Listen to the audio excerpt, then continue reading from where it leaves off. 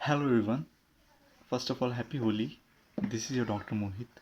आज हम बात करेंगे ब्लड प्रेशर के बारे में। ब्लड प्रेशर क्या है? तो ये बहुत कॉमन प्रॉब्लम है इस वर्ल्ड की और इसे नेगलेक्ट नहीं किया जा सकता। तो क्या है इस बारे में हम जानते हैं। चलिए स्टार्ट करते हैं। ब्लड प्रेशर एक हार्ट रिलेटेड कंडीशन है। जब हार्ट हमारा पंप करता है तो प्रेशर जनरेट होता है। वो प्रेशर ब्लड के अंदर होता है जनरेट, और वो फिर बॉडी में फ्लो करता है, तो उसे ब्लड प्रेशर कहा जाता है। ये प्रेशर 120 और 80 होना चाहिए नॉर्मली।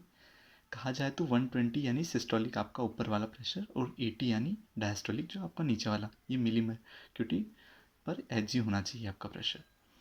तो ये प्रेशर अगर 130/90 होता है या उससे ऊपर होता है तो आपको हाइपरटेंशन प्रॉब्लम कहा जाता है। तो ये प्रेशर हमें एक बारी की रीडिंग में नहीं लेना चाहता है। फर्स्ट ऑफ ऑल तो ये बात करेंगे, ये कंटिन्यूसली अगर 3 रीडिंग्स 3 दिनों में ले जाती है तो उसे ब्लड प्रेशर कहा जाता है। तो मेनली ब्लड प्रेशर रिलेटेड क्या क्या कंडीशन हो सकती है? तो अगर आपको ब्लड प्रेशर 130/90 है तो आपको eye related problem, kidney related problem and underlying other disease हो सकती है। तो मेनली ब्लड प्रेशर कैसे पहचाने? तो ये मेनली सब नेगलेक्ट करते हैं। ये ब्लड प्रेशर जब आपको कोई मेडिकल रिलेटेड कंडीशन होती है तभी डॉक्टर के पास आप जाते हैं और चेक करवाते हैं। ये एक साइलेंट किलर की तरह काम करता है।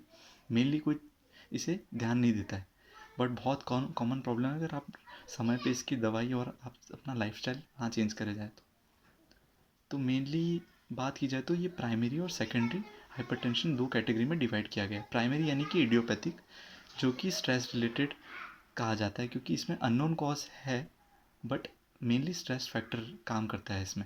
सेकेंडरी यानी अंडरलाइंग अदर डिजीज़, कोई भी डिजीज़ हो सकती है, लाइक हाइपोथायरॉयडिज्म हो गया, रीनल डिजीज़ हो गई एंड अदर डिजीज़।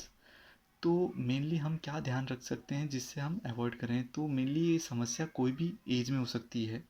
ये बहुत कॉमन प्रॉब्लम है आज की जनरेशन की।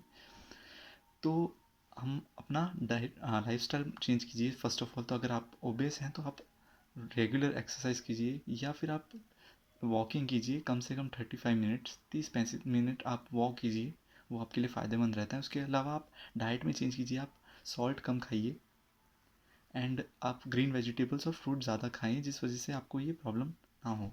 आप अपने स्वीट पोटैटोज़, अपने जो कि कैन फूड्स हैं वो सब आप कम लीजिए, तो ये आप में मददगार रह सकती है।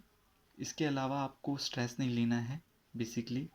अगर आप ओबेस हैं तो आप अपनी लाइफस्टाइल चेंज कीजिए और खाने पीने में ध्यान रखिए। ये सब आप चीज़ें मैटर करती है। अगर आपको कोई प्रॉब्लम ज़्यादा रहती है, 130/90 रहती है, तो फिर डॉक्टर आपको मेनली मेडिकेशन जैसे कि calcium channel blocker, beta blocker और एसी इनहिबिटर, ये सब आपको प्रोवाइड करते हैं।